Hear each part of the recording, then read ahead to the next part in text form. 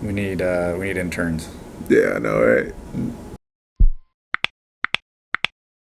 All right, everybody, welcome to the Jarick and Dan Show. My name is Dan Fitzgerald. I'm the Chief Heartbreaker here. I'm here with my co-host. My name is Jarick Walker, currently the coach with the tightest hips here at Heartbreak Studio. Jarick, you have the tightest hips, I would guess, because you're training for the Boston Marathon, aren't you? Yes, indeed, I am, and it's so close.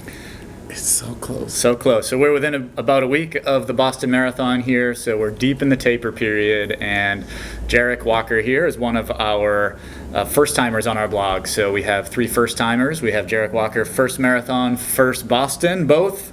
We have Amanda Nurse, first time in the elite field, and we have Lou Serafini, also first time in the elite field. So it's an exciting time here at Heartbreak, and like I said, we're deep in the taper period. Jarick, how are you feeling about Boston and your marathon training right now? You know, Dan, I will gladly admit that, especially after my last long run of 20, I'm feeling very, very confident going into this race. I cannot lie, my body hurts a lot. Played sports for a long time, but this is a new sore, is what I've been telling everyone. This is just not what I'm used to. The recovery is something that I've had to definitely put a lot of thought into. I don't know. I feel like when you were young, you didn't have to recover. You just rolled out of bed, drank some orange juice, and got it rocking. But now I have a lot of intimate time with myself. Typically, I'll throw on some funny television show and I'll just kind of roll or shed a few tears. But tears of joy, really. Good. But yeah, the race is so close. And I'm sweating a little bit, but I feel confident. I'm happy about every water station that will be on the course. And everyone says the energy is going to be so high and I feed off of energy, so I feel like with water and energy, I will succeed. You will succeed. Okay, well, that's Mr. Walker here going for the win, maybe? Mm-hmm. All right. Listen, I'm going to break barriers. On the 17th. So like I said, we're deep in the taper period, and as Jarick mentioned, he's feeling a little banged up, and I have I coach 500 runners or so for Boston through charity teams and through some of our Heartbreakers, a lot of qualifiers in that group, and I always talk about the fact that that 20 miler takes a lot out of people that last long run, and it's important to remember that the taper period is the time to bring those legs back. But it's also important to remember, while you're trying to run a little faster and a little snappier in the taper period, cutting those miles a little bit, you're also not going to feel great. It's okay if marathon pace feels a little effortful some days, because it's not Marathon Monday, so you don't have to feel amazing yet. Our target is that day. So it's really time to trust the process still. Buckle down, do the work, get that self-love in, and really trust the process. Keep those nerves at bay. Remember, it is not Marathon Monday, and be thankful for that every day you don't feel so good. Come Monday, you'll have all that magic, all that adrenaline. Race day adrenaline is very real, so it's an exciting day. You're going to love it, Jarick. You said a good thing. You got to love yourself, and you can't love anybody else unless you love yourself. So this marathon weekend is a big weekend here in Boston. Obviously, every brand, every runner, it feels like, descends on Boston for that week and that weekend. And of course, as Boston's premier destination for training and running gear and expertise, Heartbreak Hill Running Company will be having all kinds of special events. So we have a big shakeout with Shalane that we're excited to announce. We have some friends from New York coming to put on an event called Take the Bridge. Jarick, let's take the bridge. Absolutely. So Take the Bridge is a race that will be happening on Saturday, April 15th at 8 p.m. It'll be at North Point Park. And listen, everybody can sign up. All you have to do is go to takethebridge.us/register, and you can win cash prizes, just cool prizes. You just want to win. And so it's 2 loops of 1.5 miles, about 3 miles. If you couldn't do that math, I got you. takethebridge.us/register, sign up. Go out there and show them what you got. Quick note regarding the sign up: it is sold out. Sold out in 4 minutes. So you can't sign up. So you should go cheer and check it out. So so you can't sign up. So you can't, even if you want, you can't take the bridge, but you can come with me, and we'll just be on the bridge. Here's gonna be sunny. We can catch some rays before the big day on Monday. There's gonna be a lot of pictures on Monday. You might as well get to tan, the best tan that you can get before. So it's a fun grassroots event, bringing together run crews internationally, locally, also from NYC. So it'll be a kind of a underground battle of sorts between run crews. So definitely check it out. North Point Park, 8 o'clock? 8 o'clock. 8 o'clock. Be there. Be there cheering. 8 p.m. And as you may know, as big fans of the Jarick and Dan show that all three of you out there are, we want to remind you of our award ceremony every week. So we have a participation medal. That's for someone who participates. Good job. King of the Hill. We have a King of the Hill. That's much like our Take the Bridge. There's a section of races that award prize money for that fastest section, people who put it on the line. So we have the King of the Hill, and then we have the Laurel Wreath, the great champion of the Boston Marathon. Whoever he or she is gets to wear a laurel wreath. So we have those three awards every week.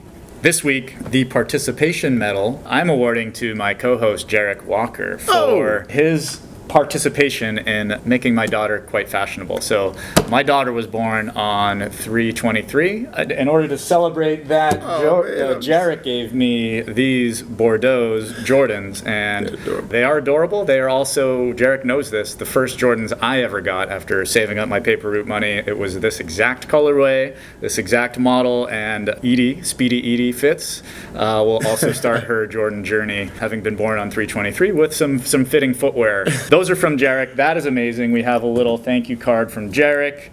Thank you, Jarick. Oh, man. Jarick, participation medal for participation thoughtfully in my daughter's growth and maturation into some prime Jordans. His royal Jarickness. I love it. Yeah. So while we're on the subject of sneakers, I had a little fashion tip. This was here a little nod to Edie. We bought these shoes. I bought these shoes for the whole family. So these are hers. She hasn't worn them yet. She's not that big. And Dad also has a pair. So flexible. People will ask me sometimes, "You're a runner. Why are you wearing basketball shoes?" And I like to say, "I'm not running. Why would I be wearing running shoes?" Absolutely. It's okay. So this is a PSA for all you runners out there. You don't have to wear running shoes all the time. You can wear other footwear. There's a lot of cool shoes out there. I like the Jordan 1 a lot. It's my favorite too. I feel like when I talk to a doctor, I'm not like, "Hey man, you said you're a doctor. Where's your stethoscope?" It's just a tool of the trade. You don't need to walk around with it all the time. That's what's wrong with the world, right? Everybody's trying to follow and do don't put yourself in the box. Get outside the box. Every first date that I've ever been on, I wear bowling shoes. And most of the time we don't go bowling just because bowling shoes look good on me. Wow, I didn't know that. It is a great conversation starter. Because every time she's like, "Why do you have bowling shoes on?" I'm like, "Let me tell you, baby girl." And then we just get into this whole, not just fashion forward, but just being outside the box. I am terrible at basketball. I am probably the worst basketball player that I know. But I have a lot of basketball shoes, and I make them look good. You said first dates, so I'm assuming you must have had a lot of first dates. Is it related to the bowling shoes? Would you get a second date if it wasn't for the bowling shoes? Well, I think I would get. There's a couple times where they just didn't agree with the bowling shoes, but then I just knew they weren't for me, and I figured that was her loss. Because if you can't handle a man that could wear bowling shoes on the first date, then you can't handle me. All right, so that's your participation medal winner here. Thank you, Mr. Dan. Jarick Walker. Thank you for that. I appreciate that. Who's our King of the Hill this week? Oh, man. I'm sorry. I'm all King of the Hill goes to David Willey, Runner's World Editor-in-Chief. He is trying to, you're going to do it, David. You're going to do it. He's trying to qualify for the Boston Marathon, and he's pretty much been sharing his whole process on the Runner's World podcast. He's been working with the same scientists that are working with Nike's project to beat the 2-hour marathon that's supposed to happen this year. Look out for it. He's been working with Joe Holder, one of our Nike trainers for strength training, and with one of our Nike Plus Run Club coaches, Julia Lucas. Love you, Julia. Great gal, on his run training as well. So shout out to David Willey. You are King of the Hill.